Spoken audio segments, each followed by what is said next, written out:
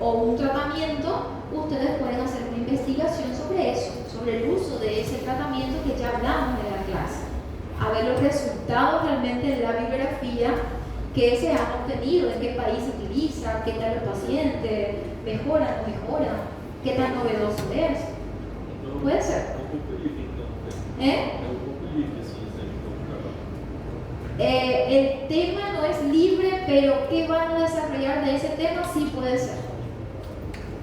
Está bien, porque como les dije, es para que no vengan acá a decir, bueno, a mí me tocó hablar de las causas.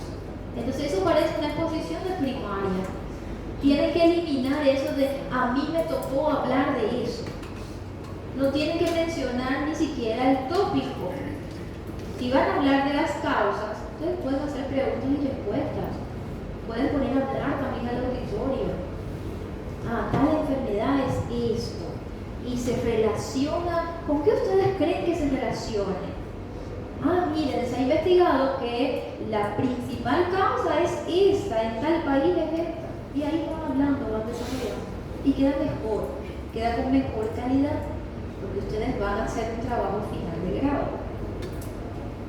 Entonces cuando lleguen a ese trabajo final de grado, no pueden estar ahí sudando, nerviosos, no, ya están preparados para hacerlo. ¿Está bien? Y tuve la oportunidad de estar en varios de esos trabajos en las bancadas, de los trabajos final de grado. ¿Está bien? Entonces hubo trabajos muy buenos y hubo ciertos trabajos que les faltaban mucho, tuvo que haber muchas recomendaciones. Y eso les va, fíjense, no es que están aplazados, pero les traba, porque tienen que mejorarlo, tienen que arreglarlo, tienen que pasar otra vez. Y para que eso no suceda hay que aprender. ¿Está bien? Entonces, bueno, ¿no tienen más preguntas, dudas sobre evaluaciones? Después me recuerdan para enviarles el contenido. Todas las unidades, así le tienen los tiempos. Você já passaram já todos os slides, você vai liberando conforme você vai. Yo no tengo todos los slides preparados. Tengo, a ver, no, la verdad, por ejemplo, sí ya les puedo mandar. Ese sí les puedo mandar ya.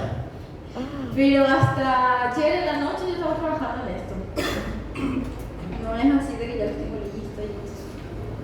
Incluso hasta los de medicina interna 1, que suelo dar más, porque yo en medicina interna 3 realmente yo daba aulas, pero en las prácticas. La teoría de medicina interna 3 estoy dando ahora. Prácticas sí daba, ¿está bien? Por eso ya les conozco el programa, todo. Entonces los slides los estoy haciendo nuevos. Las preguntas das provas también. Ahí me estoy poniendo creativa. Pero se acertan sugerencias de preguntas de prueba. Bueno, les estaba diciendo que incluso hasta los de medicina interna 1, que doy más, hasta eso yo modifico. Algunos tienen los de los semestres anteriores y dicen, profe, pero este no es igual ya. Y nosotros nos estamos actualizando. Cada vez hay más actualizaciones. Entonces, bueno. A ver, vamos a comenzar entonces. Vamos a hacer la introducción del sistema endócrino. ¿Qué cosa es el sistema endócrino? ¿Qué cosa es sistema endócrino? A ver, ¿quién puede decirme? Esto no es nuevo. Ustedes ya dieron anatomía, fisiología, fisiopato, no sé cuántas cosas por ahí, semiología. Mas sistema foi na questão da produção de hormônios, Entonces, como es un sistema, estamos hablando de un conjunto de estructuras, de órganos, ¿verdad? Entonces, como es un sistema, es un conjunto de órganos y esos órganos en este tipo serían, digamos, estructuras que producen hormonas. Pero hay otra condición, porque estamos hablando de endócrino. A esas estructuras o los órganos que producen o liberan estas hormonas se le conoce como glándulas, son glándulas. Entonces, estas glándulas existen diferentes tipos de glándulas, de acuerdo a dónde liberan esas sustancias que son las hormonas. ¿Dónde pueden liberar esas sustancias? ¿Hacia dónde son liberadas? Una al torrente sanguíneo, a la sangre. Entonces, esas glándulas producen o liberan, porque a veces son almacenadas y se liberan hacia el torrente sanguíneo. Pueden ser liberadas hacia el exterior o hacia una cavidad. Y entonces ahí tenemos dos tipos de glándulas, las endocrinas y las exócrinas. Las endocrinas son las que sí liberan esas sustancias, las hormonas, hacia el torrente sanguíneo. A esa separación es lo que se llama endocrinas, son glándulas endocrinas. Y por supuesto, el sistema endocrino está constituido por las glándulas endocrinas, las que liberan las hormonas directamente hacia el torrente sanguíneo. ¿Entendieron la diferencia? Ahora, las glándulas exócrinas las liberan hacia una cavidad o hacia el exterior. Por ejemplo, las glándulas salivares, las sudoríparas, el páncreas también tiene mixta, algunas células o estructuras del aparato digestivo, ¿está bien? Entonces, existen muchísimas glándulas. Bien, de acuerdo a la función, y ya vamos a estar hablando, puede ser de forma general como glándulas, ¿está bien? Pero de acuerdo a la función, ellas pueden ejercer su función en otras estructuras, ¿está bien? O pudieran ejercer la acción sobre ellas mismas. A eso es lo que se le llama paracrinas o autocrinas. Eso es porque después leyendo y revisando pueden encontrarse con esas palabras y es para que tengan otra vez un recordatorio de qué significa. ¿Está bien? Bueno, estábamos hablando sobre hormonas. ¿Qué son las hormonas? De forma general, ¿está bien? Cuando entremos ahí en detalle vamos a hablar de esas específicas. De forma general, estamos recordando nomás. Si ustedes pudieran darle un sinónimo con sus palabras, son sustancias, ¿está bien? Son sustancias, elementos químicos, ¿está bien? ¿Y qué hacen? ¿Qué hacen las hormonas? ¿Cuál es su principal función de las hormonas? ¿Regulación de qué? Tem várias funções. Temperatura, Eso sí, pero eso cuando regula temperatura, metabolismo. ¿Cómo se llama eso? La homeostasis. Entonces, una de sus funciones es la regulación de la homeostasis, que es el equilibrio del medio interno, del metabolismo.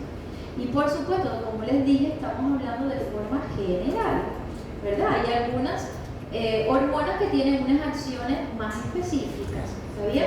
Pero de forma general regulan todo, regulan el crecimiento, el desarrollo, ¿está bien? La regulación de la temperatura, de todo.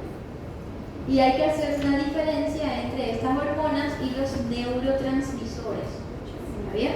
Porque la parte del sistema nervioso hay algunas bibliografías que viene un cuadro comparativo muy interesante sobre el sistema nervioso y el sistema endocrino. Tienen mucha relación. Ahora, solamente que los neurotransmisores tienen una acción más rápida, inmediata, en milisegundos actúan. Sin embargo, el sistema endocrino tiene una regulación un poco más lenta. ¿Está bien? Entonces, miren qué interesante. Es muy lindo estudiar esto. Les va a gustar medicina, ¿verdad? Bien, al menos esta parte. Vamos a ver después. O sea, les va a gustar así como les gustó cardio y eso que les encanta. Bueno, entonces, si ustedes le quieren dar un nombre más poético a esta hormona, ¿cómo le llamaría?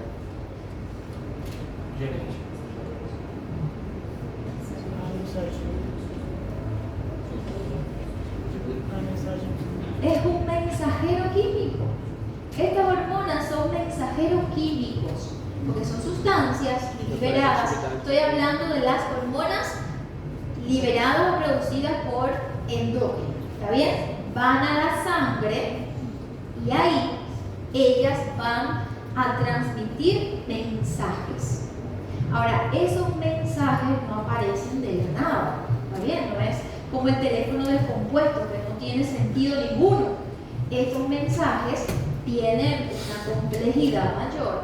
Claro, el sistema nervioso va a enviar señales en el cerebro, en la parte del diencéfalo, y ahí tenemos a una estructura importantísima. ¿Está bien? Tiene una parte del sistema nervioso, pero además tiene funciones liberadoras de hormonas, tiene funciones endócrinas. Ahora, este hipotálamo, vamos a hablar de una jerarquía. Ahora nuestro cuerpo está siendo dirigido, importante. Entonces el hipotálamo vendría siendo como un general en el ejército. Incluso varias bibliografías, no son palabras mías, varias bibliografías ya le ponen el nombre de general al hipotálamo. Porque el hipotálamo es el que manda acá. Recibe, digamos, las señales del sistema nervioso, además de otras funciones que tiene, como el control de la sed, ¿verdad? El apetito, muchas cosas, algunos sentimientos, pero también recibe las señales que hace que empiece a enviar estímulos a través de estos mensajeros químicos, que son las hormonas, hacia otra estructura importante que está muy relacionada anatómicamente con el hipotálamo. ¿Cuál sería? La hipófisis.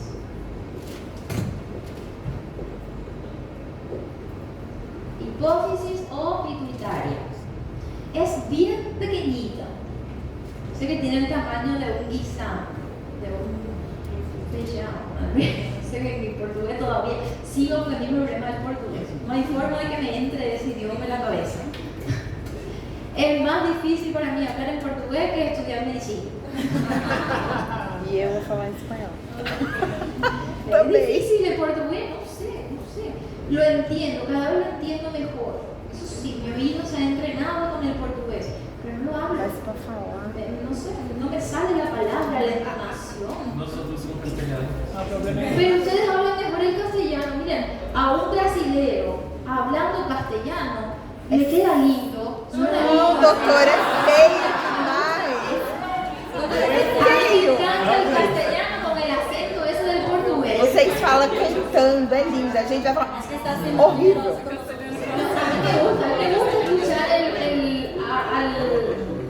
a una persona de habla inglesa, perdón, portuguesa, hablando en español. Me gusta, se escucha lindo, porque se le siente ese acento de que es de otro país y hablando en español.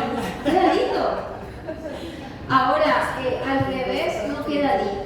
Alguien que habla español, queriendo hablar portugués, ese portugués mal hablado, ¿está bien? Porque hay muchos acá, peruanos, paraguayos, que hablan un portugués, pero que parecen brasileños. Hermoso. Verdade. Yo no me doy cuenta. Marido da doutora Verônica. Eu Ai. achei que ele era brasileiro. Sí. Ele conversa normal. Sí. No, el Quevedo sí, él habla un portugués, pero que parece brasileño. Tem sotaque. Usa bien. Pero ese portugués mal hablado, como el que me sale a mí, que no, me prefiero no hablarlo. Fala em uma frase, doutora, para nós ver. Eu não falo português. No, yo lo único que me sé es por la canción de Maluma. El país yo quería hablar. Bueno, vamos a seguir acá. Como les decía, el está relacionado anatómicamente por su cercanía con la hipófisis. Entonces, esta hipófisis tiene diferentes lóbulos, ¿de acuerdo? Está la adenohipófisis y la neurohipófisis. Entonces, este hipotálamo se relaciona, tiene, o sea, entre ellos, acá en su relación, hay axones que llegan hacia la neurohipófisis. Entonces ahí no está mediado por el torrente sanguíneo. ¿Está bien? Sería de una forma más directa. Entonces, el hipotálamo produce unas hormonas importantísimas como la vasopresina y la oxitocina que las guarda porque no tiene espacio. Además, el general no quiere hacer muchas cosas. Le dice, no, hipófisis, esto es tuyo, guárdame ahí esto. Ese armamento en ciertos momentos lo vamos a utilizar. Entonces ahí se quedan guardadas. Entonces la hipófisis no las produce, las almacena. Ahora, en la adenohipófisis, ahí sí vienen muchísimas secreciones importantes de hormonas. Entonces, el general le dice a su coronel o capitán, no sé qué rango le vamos a dar ahora a la hipófisis, que libere ciertas sustancias al torrente sanguíneo. Ahí sí empieza a darle órdenes por una red de vasos sanguíneos que sí existen ahí relacionados. Entonces, acuérdense que son endócrinos, tiene que ser liberado el torrente sanguíneo, solo que es de una forma más directa. Entonces, los receptores, para que este mensajero llegue a donde debe, tiene que haber receptores. Entonces, esto sería una célula que son las llamadas células diana. Entonces, estas células tienen muchísimos de receptores. Vamos a poner así como que estos son receptores. Para que un mensaje llegue, tiene que haber un emisor y un receptor. Entonces, el emisor es el hipotálamo y en la hipófisis, por ejemplo, en la adenohipófisis, hay estos receptores que captan el mensaje. Es como un mensaje que está en códigos, está codificado. Puede estar en la sangre, pero el que no conozca el código no puede leerlo. Vamos a suponer que están haciendo en otra facultad, en esta no ni en este grupo, un copietín para un examen. Pero ese copietín está en un código. ¿Está bien? Un código para que si el profesor encuentre eso, dice, no, eso no es un copietín, eso es un mensaje que le mandó mi mamá. Importante, una carta para mi mamá. Entonces está en código, pero es la respuesta del examen. Entonces, como el receptor, que es el profesor que encontró ese papel, que no sabe el código, dice, ah, sí, es una carta para tu mamá. Y ni caso le hace. ¿Está bien? Lo mismo ocurre con estos mensajeros y los receptores. Si estas células o estructuras no tienen esos receptores, no leen el mensaje y no producen la acción que están determinando. ¿Van a entender? Ahora, en la adenohipófisis sí están estos receptores para las hormonas que van a estimular a esta hipófisis para que produzca otras hormonas. Fíjense, estas del hipotálamo solamente me van a actuar en la hipófisis, porque acá están los receptores. Profe, ¿y por qué será que el organismo es así? ¿Por qué el hipotálamo tiene que pasar por la hipófisis y no directamente ya tira para donde sea? Bueno, porque es el general. El general solamente da órdenes, no ejecuta nada. ¿Está bien? Entonces, pasa aquí. Esa relación que el hipotálamo manda a la hipófisis y de la hipófisis comienzan a liberarse hormonas, mensajeros, que van a actuar en diferentes estructuras. Entonces, de acuerdo a las hormonas liberadas, va a ir también, fíjense, vamos a suponer que al mismo tiempo se liberen 4 tipos de hormonas diferentes. ¿A dónde actúan? Donde estén las glándulas endocrinas que tengan los receptores para esas hormonas. ¿Está bien? Entonces, ¿hacia dónde irían? ¿Qué estructuras ustedes conocen que estén siendo ejercidas estas acciones a través de la hipófisis? Vamos a empezar por acá. Bueno, a ver, ahí olvidé, no hablé mucho de una estructura también, acá ya para terminar la cabeza, que es la glándula pineal. La glándula pineal es una glándula que se dice que es más poderosa de lo que se conoce.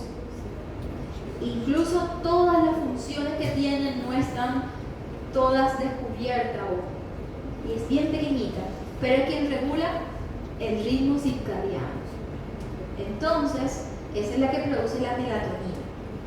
Entonces, la melatonina es la que hace que de las 24 horas del día dormamos 8 horas y el resto estemos de forma activa. Eso es lo que dice el ritmo circadiano. ¿Está bien? Los médicos, los estudiantes, ahí creo que perdemos ya ese ritmo circadiano. Después hay pacientes que están tomando melatonina, pero no saben o no se les dice que deben estar, o que esa se activa con la oscuridad. Entonces toman melatonina, pero están con el teléfono frente a ellos, a ver si les da sueño, viendo videos de Instagram, y dicen, no, la melatonina esa no me hace efecto. Se activa con la oscuridad, tienen que estar en la oscuridad. Bien, bueno, esa sería la glándula pineal, ya para terminar con la cabeza. Vamos al cuello. ¿Qué estructuras del sistema tenemos en el cuello? Tiroides. Tenemos la glándula tiroidea, importantísima, con sus glóbulos, sus quiasmas, todo lo que ustedes conocen, que libera principalmente, ¿qué cosas? Las hormonas tiroideas. Te trajiste 4 importantes. ¿Importantes de qué? En la regulación del metabolismo. O el metabolismo. Y tiene acción sobre diferentes órganos de forma general. ¿Está bien? Cerquita de la tiroides hay 4 puntitos por ahí. ¿Cuál sería? Paratiroides. Pero miren qué interesante, las paratiroides que producen la paratormona tienen un sistema, es una monarquía. Acá estamos hablando de una jerarquía. El hipotálamo, el general, el coronel o el capitán, no sé cuál iría después. Ustedes hicieron servicio militar, ¿no? Pues yo tampoco, pero los varones a veces hacen servicio militar y saben más de cosas. Pero creo que después del general, o sea, el rango inferior es el coronel, ¿verdad? Y después coronel, y después el capitán. Entonces, ¿qué le damos al hipófisis? ¿Qué rango? ¿El coronel o capitán? Un capitán, porque el capitán sí a veces participa en las guerras y eso. Entonces un capitán. Y acá están los soldados. Esos son los brazos. ¿Está bien? Y acá tenemos la paratiroide que se sale de este eje. Las paratiroides o la paratormona no se produce o se libera relacionado con estímulos del eje hipotálamo hipofisiario. Tiene que ver con ¿qué es lo que regula? El calcio y el fósforo, el metabolismo del calcio y del fósforo, importantísimo, no solo en el crecimiento, en el recambio óseo, sino también en sistema de conducción cardíaco, sistema nervioso, muscular, importantísimo. Pero ello se regula de acuerdo a las concentraciones en sangre de esas sustancias, ¿ven? Del calcio y del fósforo. Entonces no se regula por aquí. Ellos dicen, no, me emancipo de ustedes, yo no quiero que me den órdenes, yo me ordeno yo mismo. Eso va a ser la paratormona. ¿Bien? Seguimos. ¿Qué otras estructuras conocen del sistema endócrino? El timo también es una de las estructuras que muchas veces se les olvida que existe. ¿Por qué? Porque acuérdense que hay una involución fisiológica del timo. Pero en pediatría, a los niños, muchas veces se le hace una radiografía de tórax. Si ya les pasó, les han comentado, ustedes que ya están en pediatría 2, pero bueno, pasaron por la 1 y vieron pacientes, ¿verdad? ¿Vieron alguna radiografía de un lactante, de un niño pequeño? Bueno, a veces sucede que vienen esos niños con síntomas respiratorios. Se le hace una radiografía de tórax y se tiene una neumonía o tiene una cardiomegalia. Y es un timo gigante que tiene ahí. Entonces, en la radiografía se ve también radio opaco. Entonces se suele confundir el que desconoce o se les olvida que existe el timo, ¿verdad? Entonces forma parte de este sistema de defensa, ¿bien? Producción de linfocitos. Perfecto. ¿Qué más? O próprio tecido adiposo, quando tecido adiposo parece que agora é considerado como órgão glandular. No entendí. Tecido adiposo, tem alguns estudos. Ah, sí. Ahí vamos a mencionar también ese. Sí. Perfecto. O timo inserido seria a relação com o sistema endócrino? También está dentro de las estructuras, pero nosotros no vamos a hablar del timo acá en Medicina 3. ¿Está bien? Es solo saber que sí existe. Pero en los adultos hay una involución fisiológica del timo. Entonces ya prácticamente ni existe o es muy pequeña. As gónadas, ovários intestinos. Ajá, entonces, pero vamos a seguir acá por Suprarrenais. páncreas. Al páncreas, en un comienzo, no es la palabra exacta para referirme. Me refiero cuando se empezaba a analizar las estructuras del cuerpo, a conocer más de la anatomía en esta historia de la medicina. Cuando se veía el páncreas, no se sabía qué función tenía. Entonces, páncreas significa pedazo de carne. Esa es la traducción, el significado de la palabra páncreas. Pedazo de carne. Era un pedazo de carne, algo que no se sabía para qué funcionaba. Después se le dieron muchísimas funciones. ¿Y cuál sería lo principal acá que nosotros vamos a estudiar? Relacionado con el páncreas. Insulina y glucagón. Entonces, ahí tenemos, ¿verdad?, los islotes, las células beta, alfa. Eso lo vamos a estudiar también. Y ahí viene algo importante. Acuérdense que el páncreas es una glándula que es mixta, que tiene funciones exócrinas y las funciones endócrinas. Nosotros estamos hablando de sistema endocrino. Nos sirve esta parte de acá. ¿Está bien? Ahora, ¿qué característica importante tiene el páncreas en su función endocrina? Además, ya saben, de la producción de la insulina y el glucagón. La insulina, ¿qué es lo que produce? ¿Qué función tiene? Almacenar glucosa. Entonces, cuando hay hiperglicemias, comienza a producirse la insulina para disminuir esa glicemia en sangre. ¿Está bien? Y el glucagón, lo contrario, aumenta la glicemia en sangre. Y ahí, al igual que las paratiroides, se emanciparon de esto y dijeron, no, yo no me dejo gobernar por ese general.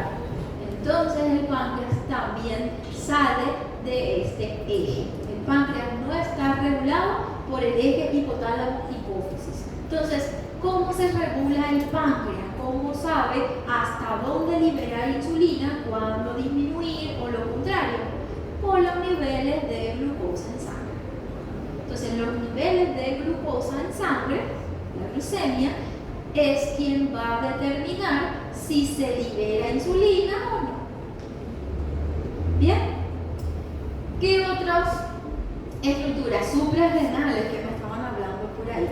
Las suprarrenales tienen ese nombre por la relación anatómica en cuanto a la localización con los riñones, pero no tiene nada que ver con los riñones. ¿Bien? Que se llamen suprarrenales no tiene que decir que tenga relación con los riñones. Parecen dos acúmulos de grasa, tienen el tamaño aproximado del pulgar y están ahí encima de los riñones. ¿Bien? ¿Y qué importancia tienen las suprarrenales? Tiene, acuérdense, en la estructura parece como una pirámide así y tiene una porción más interna que es la médula y la corteza más externa. En la médula, las catecolaminas, importantísimo. La epinefrina y la norepinefrina. Es lo que tiene que ver con ¿qué? Con el sistema simpático. Regula de forma rápida, ¿qué cosa? El ritmo cardíaco, la presión arterial, el tono vascular. Importante. Es lo que nos hace también cuando hay un estrés, algo, las palpitaciones, eso es por la descarga esta simpática que actúa y empieza a liberar las catecolaminas. También es lo que ayuda en pacientes que tienen una disminución del gasto cardíaco o de la bulimia, pues hacer un mecanismo de compensación. ¿Está bien? Por eso es que en la fase compensatoria, por ejemplo, del shock, ahí hay una descarga adrenérgica que no se puede inhibir. Imagínense que tú le vayas a dar un tratamiento que inhiba eso. ¿Bien? Ok. En la parte de la corteza, ¿qué tenemos ahí? Glucocorticoides, monocorticoides y Entonces, ahí tenemos sobre todo, vamos a poner lo relacionado con los corticoides de forma general y otra cosa que nosotros estudiamos también un poquito cuando vimos hipertensión arterial, la aldosterona. Importantísimo ahí también. La aldosterona que regula los líquidos corporales y tiene relación también con la presión arterial, precisamente por eso. También con la secreción o eliminación de estos líquidos y a través de la regulación de sodio y potasio también. Entonces miren qué importante estas sustancias, ¿está bien? Estos mensajeros químicos. Después, bueno, tenemos el sexo femenino, el sexo masculino, también con las gónadas. Tenemos ahí la parte de las hormonas masculinas que son necesarias para la aparición de los caracteres secundarios masculinos. Es lo que hace que tenga fenotípicamente diferencias entre el hombre y la mujer. Todo está regulado por esas hormonas. Por eso es que los hombres suelen, está bien, todos, pero suelen tener una estatura mayor que la mujer, una composición muscular diferente, ¿verdad? Por la testosterona. El vello, la relación del vello corporal es diferente en el hombre con relación a la mujer. Y las mujeres, ¿verdad? Por las hormonas femeninas, como los estrógenos, la progesterona, tienen también importancia en la aparición de los caracteres secundarios femeninos. Por eso es que desgraciadamente las mujeres acumulamos más grasa en la región de las caderas, de los muslos, y los hombres, qué mala la vida.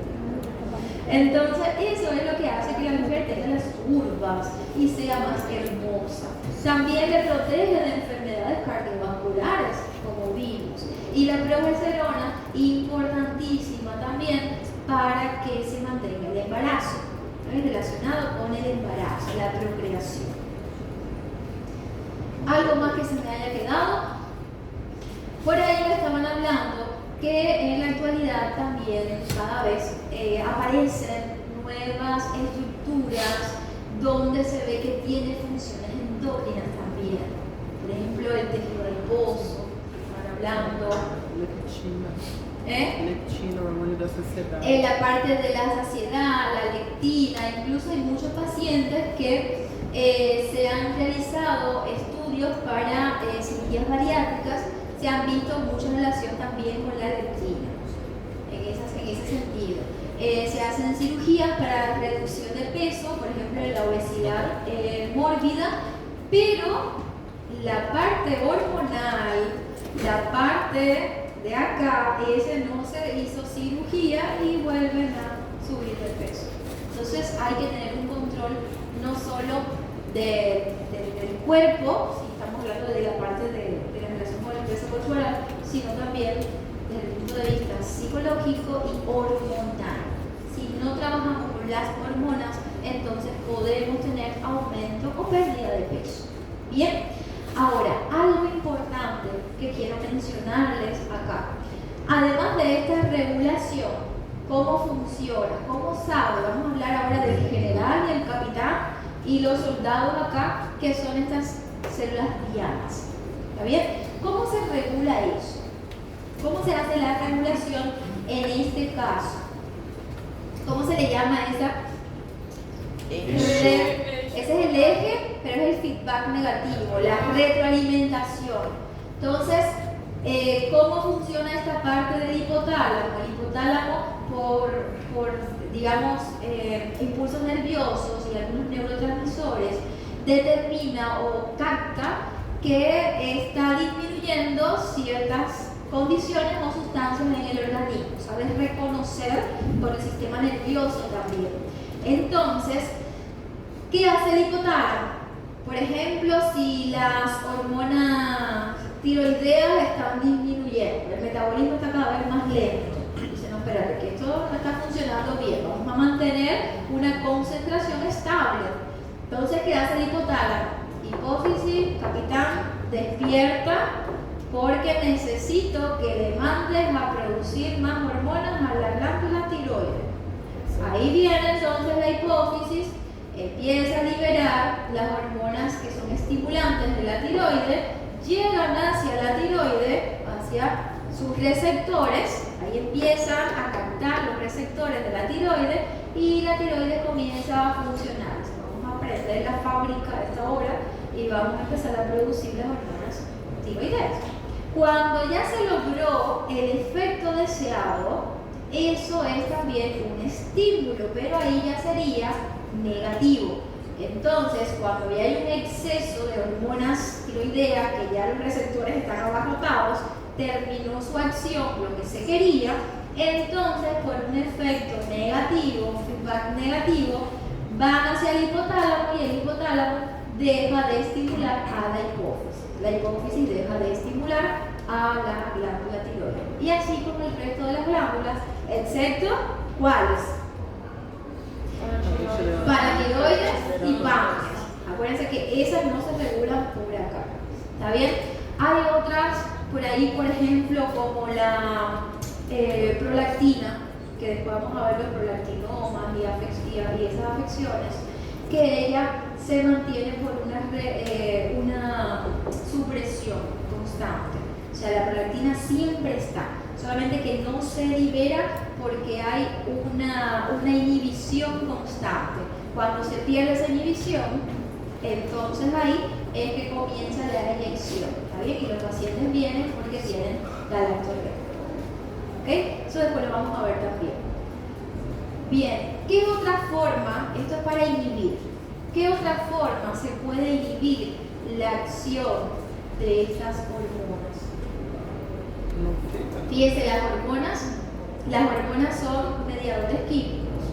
Entonces yo puedo inhibir esta acción no liberándolas más. ¿Está bien? Por este feedback negativo. Esto sería lo correcto. Pero ¿de qué otra forma se inhibe esto? O sea, esta regulación. Medicação. Metabolismo hepático? Sí, eso para él. Ajá, espera, la pregunta parece que es lo que no le estoy formulando bien.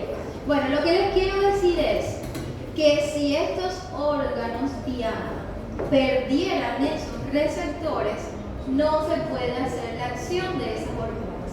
O sea, se liberan las hormonas, pero el receptor pierde la capacidad de responder ante ese estímulo. Esos son los soldados que tienen algo que le dicen, desertan cuando se van. Tipo diabetes tipo 3. Son los desertores, esos dicen, yo no voy a seguir órdenes más, me libero de esta guerra y se van a otro lado, hacen aparte. Entonces, ahí también hay que tener en cuenta. Hay enfermedades del sistema endocrino que no se trata solamente de una lesión de las glándulas productoras de las hormonas. ¿Dónde está el problema? En los receptores no están teniendo en cuenta. Se han encontrado algunas estructuras, células, que tienen de 2.000 a 200.000 receptores de membrana para ciertas sustancias. Y eso se puede inhibir. ¿Qué otra cosa se puede utilizar para inhibir esto? Una cosa es que hay una lesión en esas con medicaciones. Ahí están los inhibidores. Por ejemplo, los antialdosterónicos que se utilizan. Entonces se puede inhibir esto mediante fármacos. Y ahí viene después la importancia de saber esto para el tratamiento de muchas enfermedades que vamos a conocer después.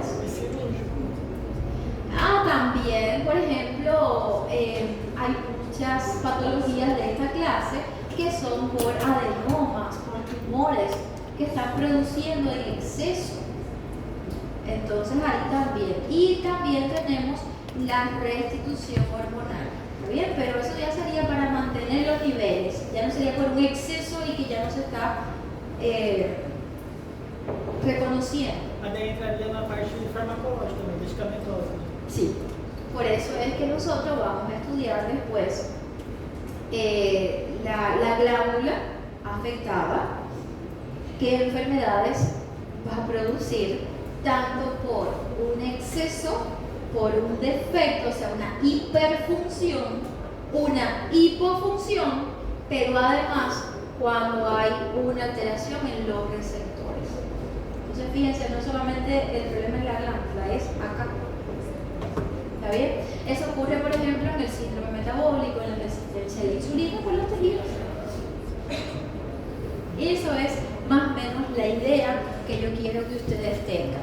Acá en el material que les voy a enviar después viene todo eso que nosotros estuvimos hablando, pero más resumido, más bonito, ¿está bien? Para que puedan revisar nuevamente. Son contenidos que ustedes ya dieron, pero bueno, acá viene los componentes, las funciones, miren el hipotálamo, qué lindo. Y así debería decir las frases románticas. ¿Por qué te amo con mi corazón? El corazón ya vimos que la función era un órgano de bomba.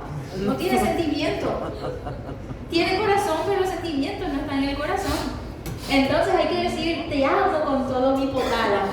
Dígale eso a sus parejas después.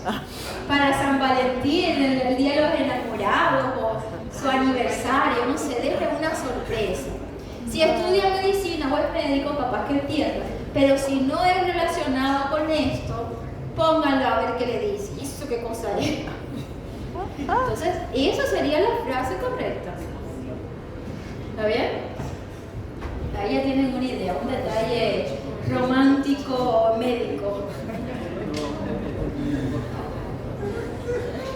Bueno, ahí vienen todas estas estructuras que fuimos hablando, las localizaciones, miren la relación bien cercana acá, son estructuras muy pequeñas, las funciones de cada una, ahí están, miren qué pequeñitas ahí incrustadas en la tiroides. Ellas se escondieron con otra persona, pero están fuera del eje. Suprarrenales, ahí está un corte para que puedan revisar nuevamente. Páncreas, miren que es un pedazo de carne ahí, un filete.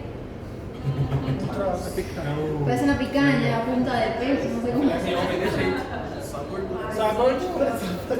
Sí, pero esa grasita cuando la tiran ahí en la brasa suelta un olor y a esta hora no vamos a hablar más de churrasco porque entonces vamos a empezar con las glándulas exócrinas ahí y empezar a secretar jugo.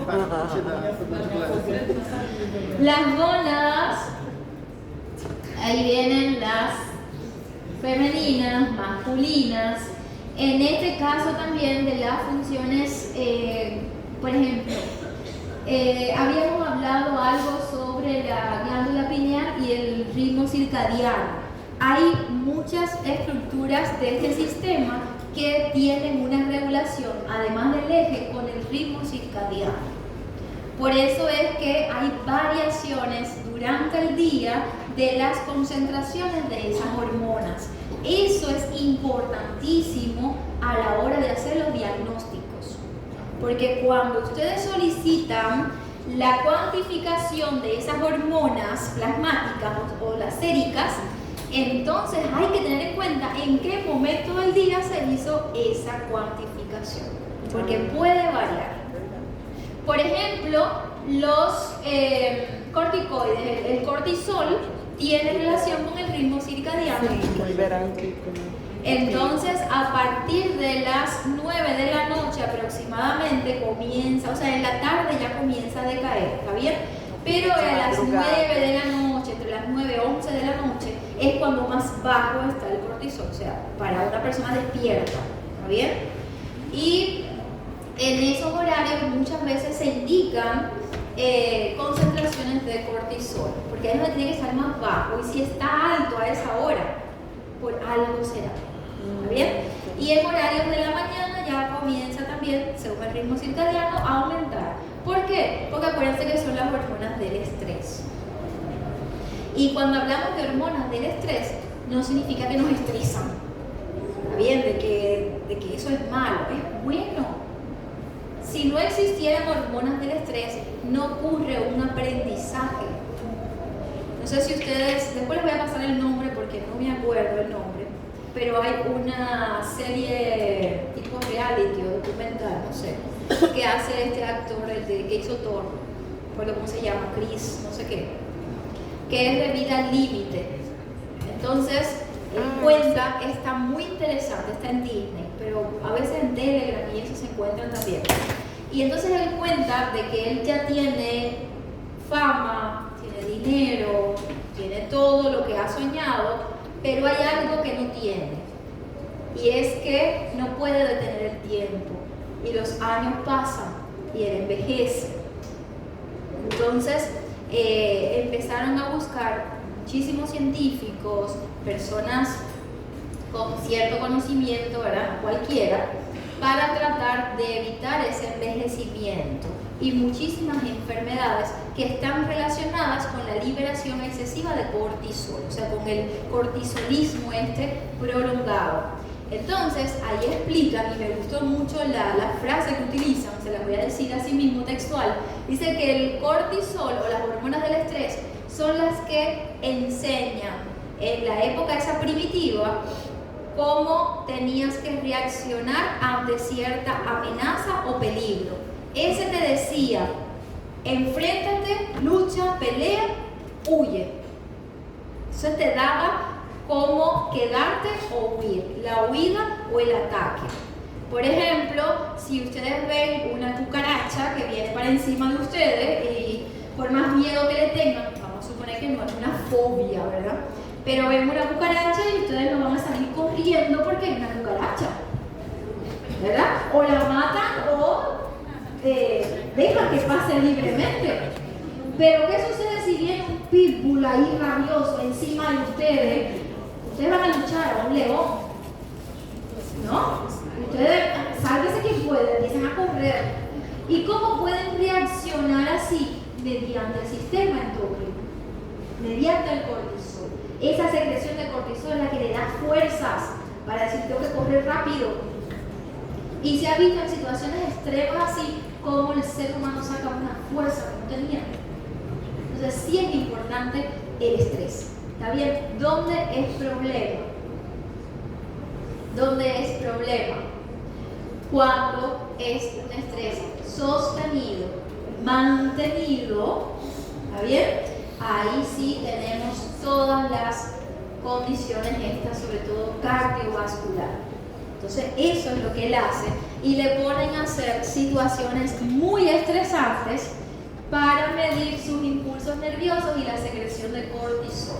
Y para ello se pone a prueba muchas cosas. Está muy buena la serie, después les voy a poner. Bueno, esto es lo que estábamos hablando, es el eje. Ahí vienen las divisiones que habíamos visto y los órganos diana con las hormonas. ¿Está bien? Eso después lo revisan, lo vuelven a leer de actividad independiente. Acá tienen una lista de la glándula, la hormona y la función. Entonces vayan guardando esto a modo de resumen, porque después lo vamos a estar revisando. Entonces acá vienen las glándulas que la secretan, las hormonas más importantes y algunas de sus funciones. Sigan los cuadros, hay más. Piensen que son tan poquitas. Ahí hay otra, pero esta está de otra forma y me gustó, le puse las dos. Fíjense que este ya viene a modo de pregunta y respuesta, porque a veces cuando leemos solo un tópico, no se nos graba. Pero si hacemos una pregunta y le damos la respuesta, lo asocias mejor. É verdade. Entonces tú puedes leer glándula, hormona, función. Pero si tú dices, ¿qué hormona libera? ¿Qué función tiene esta hormona? Y lees después, tú estás relacionando una pregunta con una respuesta. Y en el examen se hacen preguntas y tienen que saber respuestas. Entonces es más fácil estudiar así, haciendo la pregunta. Siguen. Son muchas. Pero vienen las más importantes, así. Está bien, algunas se repiten. Está bien. La verdad que yo no supe elegir cuál era mejor, porque todas las tablas que encontraba me gustaron. Venían de una fórmula a otra. Entonces por eso les dejé todas. Está bien, elijan ustedes. Yo no supe elegir. Yo veía una, me gustaba. Veía otra, ay, también está interesante. Entonces al final les coloqué todas. Pero ahí ya tienen el resumen. Les quité la fatiga y estar buscando. Bueno, esto también lo explicamos. Es el feedback, el tipo de retroalimentación. ¿Está bien? Eso que estuvimos tratando de explicar, según los órganos Diana, las respuestas y se inhibe la secreción. ¿Está bien? Hay algunas patologías donde hay, por ejemplo, secciones o se rompe ese feedback y entonces se mantiene todo el tiempo. Este sería un ejemplo, también es lo mismo. Estas son las enfermedades que se pueden producir, también lo hablamos, por ejemplo, por acción hormonal insuficiente, ¿está bien? Es la hipofunción, porque estén hiperfuncionantes o en exceso, pero además porque pueden haber también otras, digamos, tejidos que comienzan a secretar o a tener una función parecida a esta, que son los tejidos ectópicos, como le dicen. Están fuera de esas áreas, pero también pueden tener esas funciones. Este es un cuadro sobre algunas causas, los trastornos, miren, por hiperfunción. Ahí vienen, por ejemplo, el de origen neoplásico y algunos ejemplos. Acá viene por hipofunción y miren lo que estamos hablando de la resistencia a esa hormona. ¿Cómo hacer el estudio del paciente? También es importantísimo. Acuérdense, nuestro método clínico no se diagnostica lo que no se sospecha y no puedes pensar en algo si lo desconoces. Entonces tienen que saber que estos pacientes, cuando presentan manifestaciones clínicas, son muy variadas. Pueden estar relacionados con muchas situaciones. ¿Y cómo vas a saber si tiene una causa endocrina? Sospechándolo únicamente. Entonces, es muy importante la anamnesis, los antecedentes de ese paciente, sobre todo los antecedentes familiares, porque hay muchas de estas enfermedades que son hereditarias. Y el examen físico, hay que hacer un examen físico completo, exhaustivo, porque acuérdense que al pasar estas sustancias al torrente sanguíneo regulan toda la homeostasis, no regulan un solo órgano, un solo tejido. ¿Está bien? Entonces eso es importante que tengan en cuenta. Estos son los principales síntomas. Fíjense que son síntomas, muchos de ellos son síntomas generales. Astenia. Paciente con una insuficiencia cardíaca puede tener astenia, fatiga, cansancio. Paciente con una sepsis, una infección grave puede tener astenia. Paciente con cáncer, neoplasias, puede tener astenia.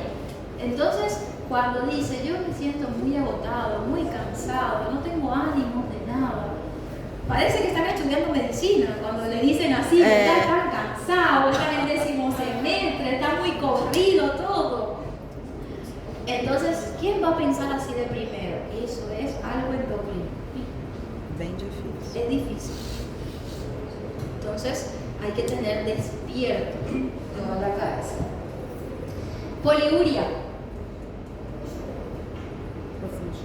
Muchísimas causas de poliuria. ¿Se acuerdan? De poliuria. Bueno, sí, acá está la diabetes, importantísima. ¿Está bien? Pero miren, pero el uso de diuréticos también. Una hiperfunción, una hiperfiltración, por ejemplo, como ocurre en una nefropatía. También. Entonces, miren, polidipsia. ¿Se acuerdan? Tomar mucha polifagia. Yo tengo eso y no soy diabética. Entonces, miren, son manifestaciones clínicas que son generales. Obesidad, delgadez, esa no tengo. Aumento de volumen de tiroides. El paciente dice porque nota algo acá, una pelota, algo le está haciendo el cuello. Exoftalmia, esto fíjense, son síntomas y signos, ¿está bien? Las dos cosas. Alteraciones de la talla, importante. Esto tiene más relevancia en la parte pediátrica, ¿está bien?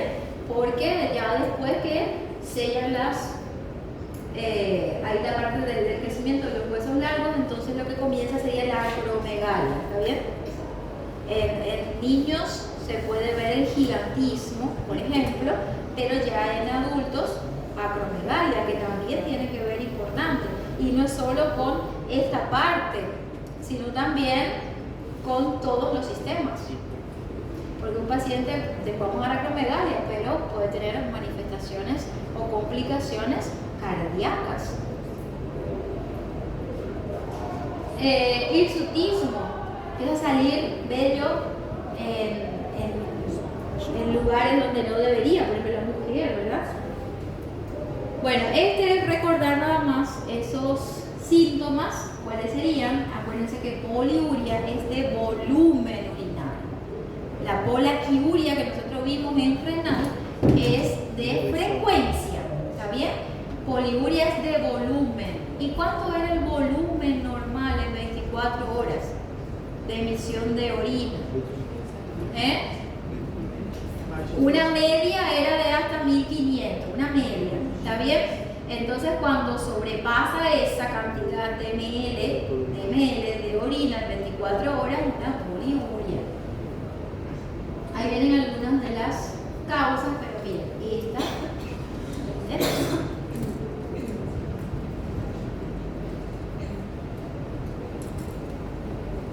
esta, ¿a qué pertenece? Era lo clásico ese de las 5P. Algunas le ponen 5P porque le colocan a esta como la quinta, pero en realidad le faltaría una P que es prurito. Cuando dicen las 5, no 5P, 5P, de la letra P. Algunos piensan que se dice 5, pero ustedes cuentan al menos porque esta es la otra P. No, en realidad la que le falta es la de prurito porque le da picazón. La hiperglicemia suele dar, ¿cómo es? Cuando le pica mucho. Cocera. Eso. La prurito, término medio. Miren, muchas veces los pacientes diabéticos que no saben que son diabéticos, no tienen diagnóstico, se van a la consulta porque sienten picazón en todo el cuerpo y no ven lesiones, no tienen lesiones que aparenten. Entonces hay que saber que eso es una manifestación también. Ahí no está, pero el dolor abdominal también suele ser una forma de debut de un paciente diabético. Entonces miren cuántas manifestaciones. Después cuando veamos diabetes vamos a darle explicación a esos síntomas. ¿Por qué aparecen esos síntomas? Hora de almuerzo. Miren esa imagen, no la de ella, esta. A ver qué sensaciones le dan. Pérdida de peso es otra manifestación, pero fíjense lo que dice ahí. Inexplicable. Porque si estoy haciendo dieta, ejercicio y pretendo perder peso, claro, yo tengo una causa. Pero ese paciente que dice, doctor, yo vengo porque soy perdiendo peso, pero no sé por qué, yo he perdido mucho peso, me siento mal. Ahí sí hay que darle un seguimiento, ¿está bien? Entonces una pérdida de peso inexplicable. La obesidad. Con la obesidad o el aumento de peso, también hay que ver aumento de peso inexplicable. Personas que ganan peso fácilmente teniendo una misma dieta. ¿Está bien? Porque si empiezan a aumentar la ingesta calórica, no hacen ejercicio, están sedentarios, pues van a subir de peso. ¿Está bien? Ahora, algo, y por eso les puse esta imagen. Muchas veces, cuando hablamos de obesidad, se dice que tiene un componente hereditario. Muchas veces lo que se hereda no es un gen que te haga engordar, son las costumbres. Entonces los padres, cuando ya el niño comienza a incorporarse a la olla familiar, ¿está bien? No cuando comía la papilla o la leche, entonces los padres ya empiezan a darle la misma comida que ellos consumen. Y si los padres son obesos, lo más probable es que ese niño sea obeso también. Porque ven como la obesidad o esos niños gorditos, Então, a culpa é da minha mãe. cachetones, como buena salud. A culpa é da minha mãe, então. Cuando eras niña, ya de adulto ya somos dueños de nuestros propios actos. A desculpa também. A culpa é da minha A los mãe. niños sí, a los niños sí. Eu sabia. Miren, yo tengo una amiga que ella se subió de peso y me dijo que le indicara así exámenes para ver porque creía que era problema de su tiroides. Entonces su mamá tiene hipotiroidismo, tiene un componente familiar y realmente tenía manifestaciones. Pero se hace todos los exámenes y estaba todo normal. Y dice, ni hipotiroidismo tengo. Ella quería culpar a algo. Essa sou eu. Quería disculparse de un problema médico a su aumento de peso. Só que a partir do momento que ela é tratada... Ni hipotiroidismo tengo. Entonces ya no tenía que culpar. Desculpa. Se você toma um hormônio... Lo que estábamos diciendo que a veces estamos